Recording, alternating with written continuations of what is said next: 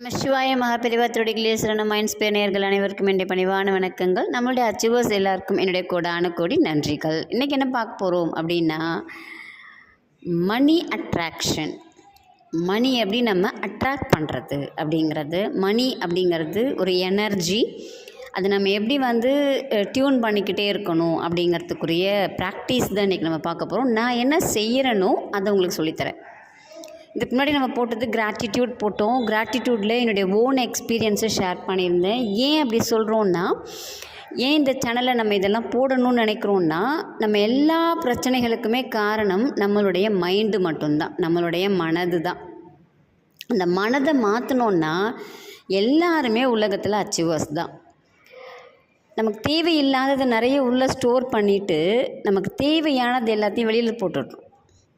எப்படி ஒரு வாழைப்பழம் கொடுத்தா நீங்கள் பழத்தை சாப்பிடாம தோலை சாப்பிட்டுட்டு பழத்தை தூக்கி போடுற மாதிரி வாழ்க்கை நம்ம இன்றைக்கி வாழ்ந்துட்டுருக்கிறது. அதுலேருந்து நம்ம வெளியில் வரத்துக்குரிய எளிமையான ஒரு ப்ராக்டிசஸ் தான் நம்ம பார்க்குறது. இன்றைக்கி நமக்கு பணம் இல்லை கையில் அப்படின்னா யாரும் நம்மளை மதிக்க மாட்டாங்க. பொருள் இல்லை அப்படின்னா இவ்வுலகம் இல்லை, அருள் இல்லை அப்படின்னா அவ்வுலகம் இல்லை அப்படின்னு நம்மளுடைய வள்ளுவர் தாத்தா சொல்லிட்டு போயிட்டார். பொருள் இருந்தால் தான் உங்களுக்கு இந்த வாழ்க்கையும் உண்டு, அந்த வாழ்க்கையும் உண்டு. பொருள் இல்லைன்னா நீங்கள் அருள் கூட வாங்க முடியாது. ஒருத்தருக்கு ஒன்று உதவணும்னா நமக்கு பொருள் வேண்டும்.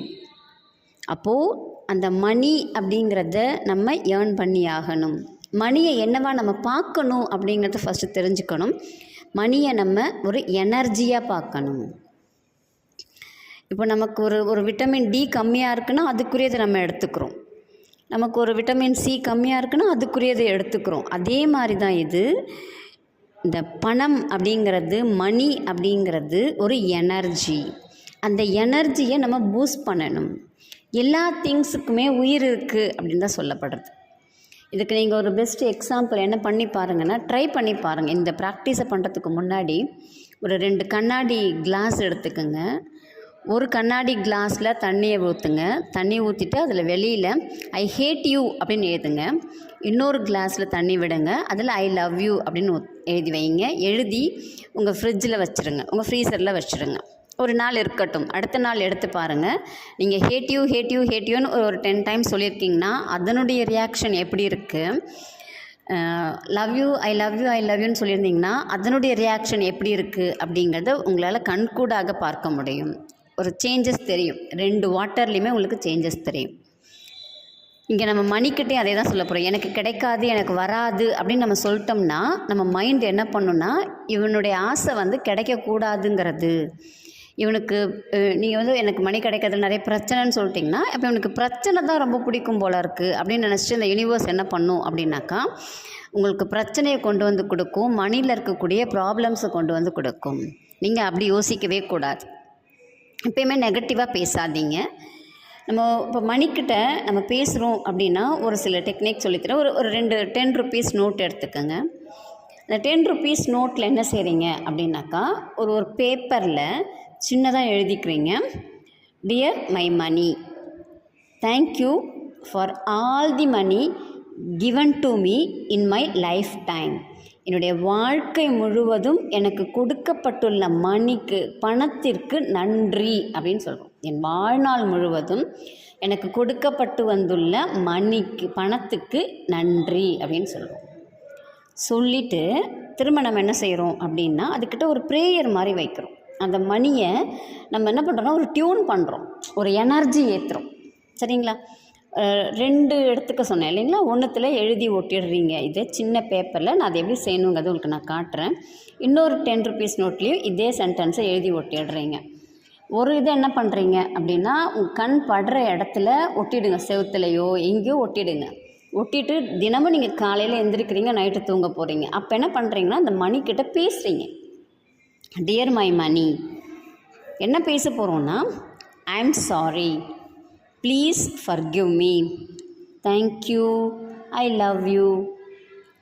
Dear my money, I am sorry, please forgive me, thank you, I love you. ஒரு 3 தடவை சொல்லுங்கள். காலைல ஏஞ்சோன்னே சொல்லுங்கள், நைட்டு தூங்க போகும்போது சொல்லுங்கள்.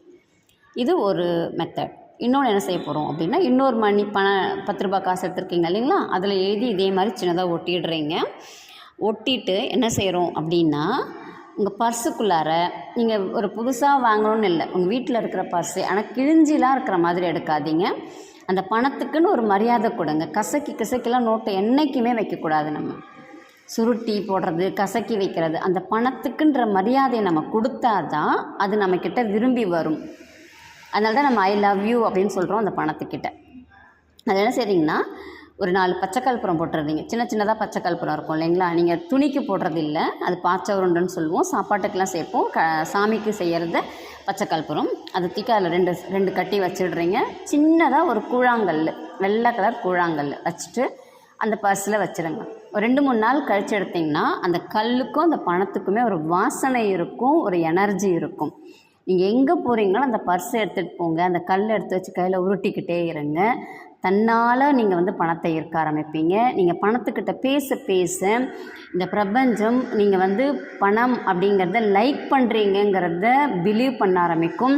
உங்களுக்கு பணம் அப்படிங்கிறது கொண்டு சேரும். நீங்கள் யோசிக்கலாம், நான் ஹார்ட் ஒர்க் பண்ணால் தான் பணம் வரும், அதை பண்ணால் தான் பணம் வரும் அப்படிங்கிறது இல்லை. நீங்கள் சின்ன பிள்ளையில் இருக்கும்போது நீங்கள் உழைச்சிங்களா? இல்லை. ஆனால் உங்கள்கிட்ட உங்கள் தெரிஞ்சவங்களோ தெரியாதவங்களோ யார்கிட்ட நீங்கள் ஆசீர்வாதம் வாங்கினீங்கனாலும் உங்கள் கையில் பணம் இருந்துச்சு இல்லை, அப்போ என்ன ஹார்ட் ஒர்க் பண்ணி அவங்களுக்கு பணம் வந்துச்சு? யோசிச்சு பாருங்கள். லாஜிக்கெல்லாம் யோசிக்கவே கூடாது.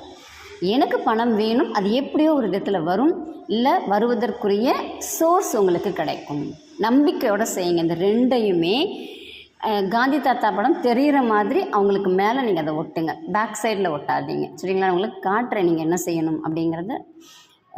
மறக்காமல் செஞ்சு பாருங்கள். உங்கள்கிட்ட பணம் அப்படிங்கிறது சேரும். நம்பிக்கையோடு செய்யுங்க, நல்லதே நடக்கும். நன்றி, வணக்கம்.